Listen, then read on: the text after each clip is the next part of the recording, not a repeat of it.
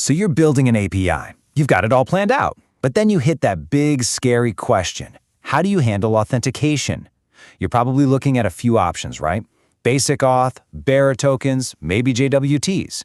And let me tell you, picking the wrong one, well, it can turn into a real security nightmare. So today, we're going to demystify these three. Break them down so you can make the right call for your project every single time. Let's think about it like this. Your API, that's your house. And authentication, that's the lock on your front door. You wouldn't put a cheap padlock on a brand new house, right?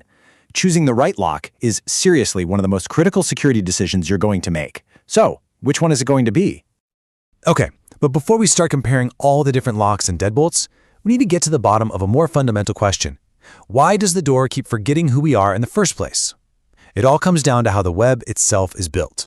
The thing is, HTTP is what we call stateless. And what does that mean? Well, picture a drive-through window. You pull up, you order your food, you get it, and you drive away. The interaction is completely over. The server behind that window has literally no memory of you. The next car is a totally new customer. It's a clean slate every single time. Now that's great for speed and simplicity, but it creates a huge problem for us. It means we have to prove who we are with every single request. So how do we solve this? Well, let's look at attempt number 1. This is the simplest, most straightforward way to do it. Good old basic authentication. The way this works is, honestly, brutally simple. You just take the username, you take the password, you mash them together with a colon in the middle.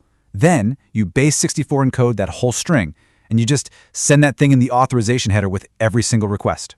That's it. Sounds easy, right? Yeah, but there is a huge catch. And this is the part you absolutely have to get.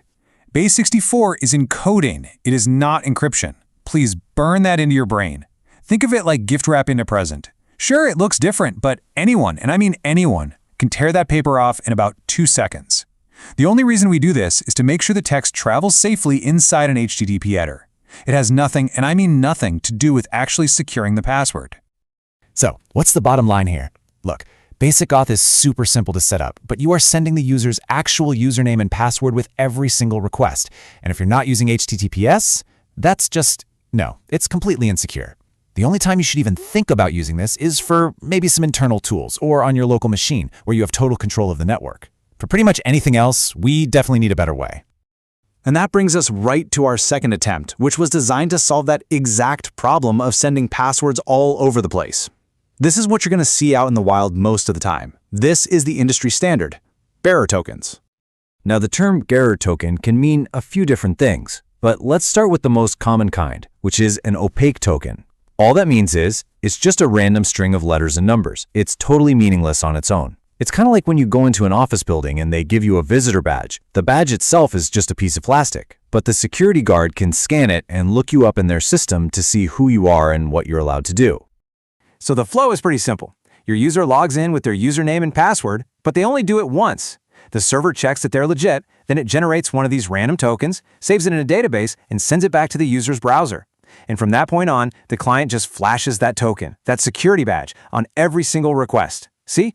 No more sending the password over and over again. But of course, there's a trade-off. There's always a trade-off. To check that badge, what does the server have to do? It has to hit the database every single time. For every request that comes in, the server has to go, hey, database, is this token still good? Who does this belong to? Now, for a small app, that's no big deal. But if you're running a high-traffic system, well, all those lookups can really start to add up and slow things down. And that brings us to attempt number 3, the really clever solution. What if the token itself could carry all the information the server needs? What if it could tell the server who the user is, all on its own, without having to check a database at all? Well, my friends, that is the magic behind JSON Web Tokens, or as you'll always hear them called, JWTs. So a JWT is basically this clever, self-contained package of data. You'll see it as this long string with 2 dots in it, and that's because it's made of 3 parts. First, you've got the header, which just says, hey, here's how I was made. Then you have the payload, and this is the important part. It contains the actual data about the user, like their user ID or their permissions. We call these claims. And finally, you have the signature. This is the cryptographic glue that proves that nobody has messed with the header or the payload. Okay, but listen up, because this is probably the most common mistake people make with JWTs. That signature makes the token tamper-proof, but it does not make it private. The payload, it's just base 64 encoded, exactly like we saw with basic auth. Anybody who gets their hands on that token can easily decode it and read everything inside. So I'm going to say this once: never, ever put truly sensitive information like a password or a social security number inside a JWT payload. Just don't. So the game-changing advantage of JWTs is performance. The server doesn't need a database. It can just look at the signature, do a little bit of math, and instantly know if the token is legit. This is absolutely fantastic for scaling big applications. But, and this is a big but, the major downside is revocation. Since the server isn't keeping a list of these tokens in a database, how do you cancel one if it gets stolen? Well, you can't. Not easily anyway. That's why setting very short expiration times on your JWTs is absolutely positively critical. Now, when you're creating that signature, you've got a couple of common choices. There's HS256, which is symmetric. Think of this like a single house key. The same key that locks the door is the one that unlocks it. It's simple, and it's great for a single application where the same service is creating and checking the tokens. Then there's RS256, which is asymmetric. This is more like a mailbox. You have a private key to put mail in the box, but the mail carrier has a public key that lets them verify who the mail is from.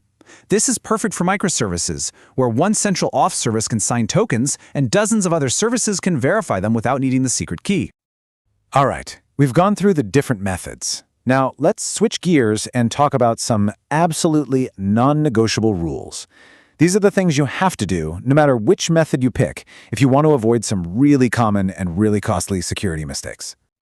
Let's run through the security playbook quickfire style. Number 1, always use HTTPS. Seriously, no excuses, no exceptions. Number 2, store your tokens in HTTP-only cookies. This is your best defense against cross-site scripting, or XSS, where an attacker tries to steal the token. 3, short-lived tokens. I'm talking 15 minutes, not 15 days. Make them expire quickly. 4, use a trusted, battle-tested library. Do not, I repeat, do not try to roll your own crypto. You will get it wrong. And finally, number 5, specifically for JWTs, whitelist the algorithms you accept.